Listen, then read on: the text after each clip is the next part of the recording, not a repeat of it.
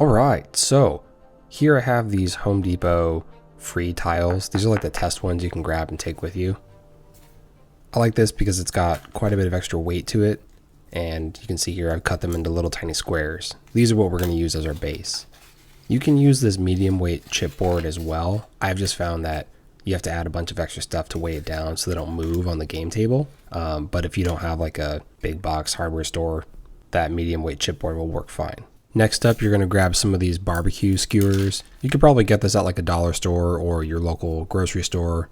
I just found these at a local garage sale, and I'm like, that's crafting supplies right there.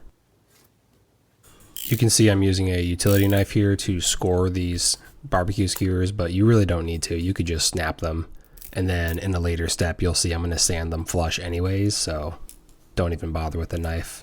The best part about using these barbecue skewers is you can make any length of ladder that you'd like. This one's about 5.5 inches or so, but I have a couple others that are a little bit shorter. This wood is so soft that honestly you can just use a nail file. Like, don't even bother with sandpaper. This is totally fine.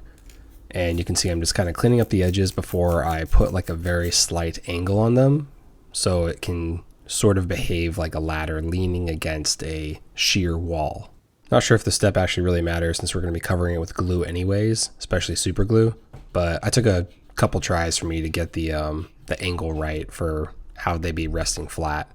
And you can see I'm using the nail file there to sort of just grind it back and forth until it fit totally flush with the tile base. Going to use some super glue here to start, just to seal these things in place, and then we'll later on put a heavier layer of hot glue around it just to secure it in place. Now, I only had to hold this in place for about a minute before it sealed.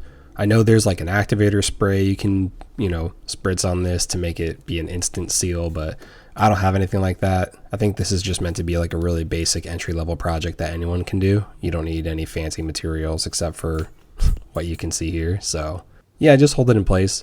Or use something tall and that has a little bit of weight to give it some support while it dries. Honestly, the super glue is probably strong, but you can see it looks a little floppy. So I grabbed a hot glue gun, put a couple dabs of hot glue down there, and that helps a lot with the structural integrity of the ladder, but also adds extra weight to the base to make it so this thing won't knock over as easily during your game. Next up, we have to make the rungs of the ladder. And if you ever watch my old bridge video, I have a bunch of these old popsicle sticks that I use. If you don't have popsicle sticks, you can use these coffee stir sticks you get for free at like literally any coffee shop. Just grab a couple and you can split them up and use those. But I like to use my old recycled bits and pieces from other projects. So use what you got and don't buy more until you actually need it. Now you can see I'm kind of cutting these up to make it so that they have the texture and look that I was going for with the ladder. Sometimes when you snap them, it looks a little like unnatural. So that's why you see me kind of sanding them down or doing a couple other side scraping cuts with the fixed blade.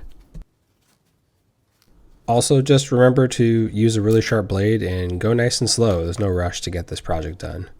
It's better to keep all 10 digits, right?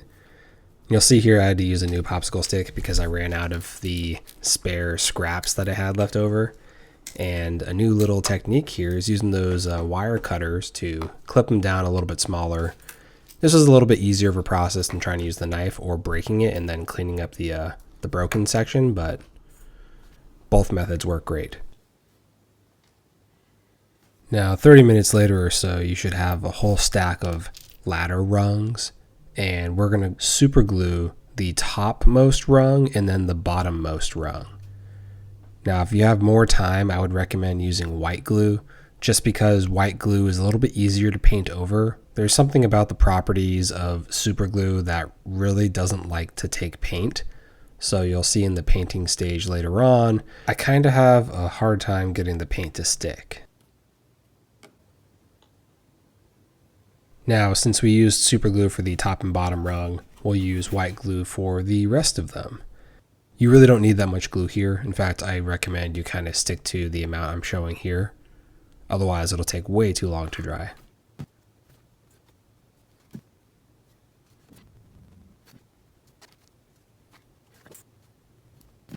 Alright, now we can finally see that this thing is starting to actually resemble a ladder. Now, unless you're planning on having your ladder just go downstairs to another wooden floored basement area, I would recommend adding some rock and rubble to make it seem like dirt and a typical kind of dungeon cavern-y floor. So that's what we're doing here. So the first step here is to put a bunch of white glue down on the base here. I'm using a skewer to kind of spread it around. I've used brushes in the past for this, but then your brushes get all glued up, and I mean, these things are cheap, so. And then if you have like a rocky kind of flock sand mixture, I literally found a bunch of this construction sand and pebbles on the side of the road in my neighborhood. So I grabbed this big old cashew container and just stashed a bunch of it. You can then, you know, sprinkle the stuff on top. I think you can like buy this from like the army painter for like 20 or 30 bucks for not nearly the quantity that I have here in this video. So yeah, go take a walk. Go take a walk in your neighborhood and see what kind of flocking and cool stuff you can find. Now, if you can't find sand or rocks in your neighborhood, I actually made another video where I made some dungeon tiles from EVA foam, and I flocked those tiles with bark chips. So maybe you live somewhere where bark chips are more accessible than sand and dirt. Either way, you know, use what you got, and I think you'll do great. On a side note, don't worry about getting full coverage because we're going to paint this all over black anyways. So even if you have a little bit of tile showing underneath, it'll be okay. Now, I let this sit for about 24 hours and then I shook off any excess sand that didn't get stuck with the glue. So make sure you do that before you start painting. Speaking of paint, these are just a basic Mars black and I think it's like burnt umber for the brown. These are kind of like my two go-to cheap paint colors. Literally the cheapest paint I can get from my local craft store in like this quantity.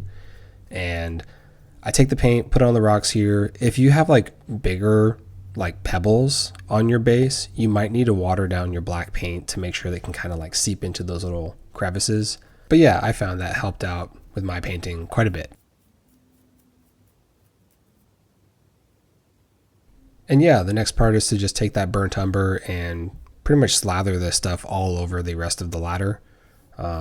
I'm using a really tiny brush here, and about halfway through I'm like, what am I doing? And I get a larger brush. But here's where I mentioned earlier in the video that part about how the super glue for some reason is like paint repellent. It's like it just didn't want to capture the brown paint, especially if it was watered down.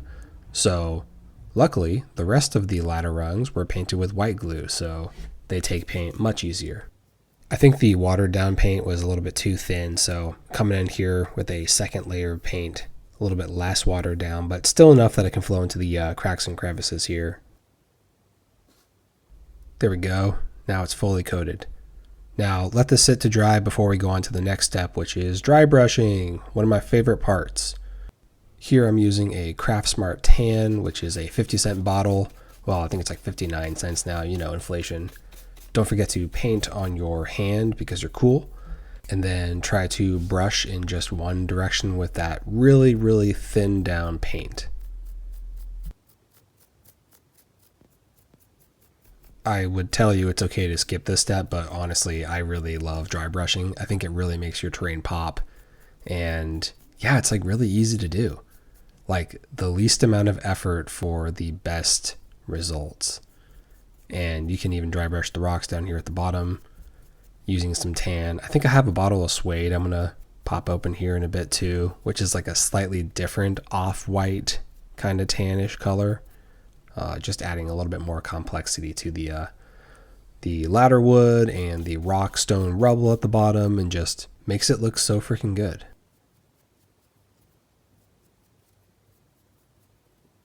Alright, now the last and final step here is to add a black wash to help get into those little darker, more shadowy areas. And this is just a basic black paint, water, and dish soap solution. Say that 5 times fast. dish soap solution, dish soap. Anyways, once you finished applying this, let it dry for a bit and you're good to go. I think these will be a really cool way to mark a dungeon entrance or exit at my table. So let's have a look.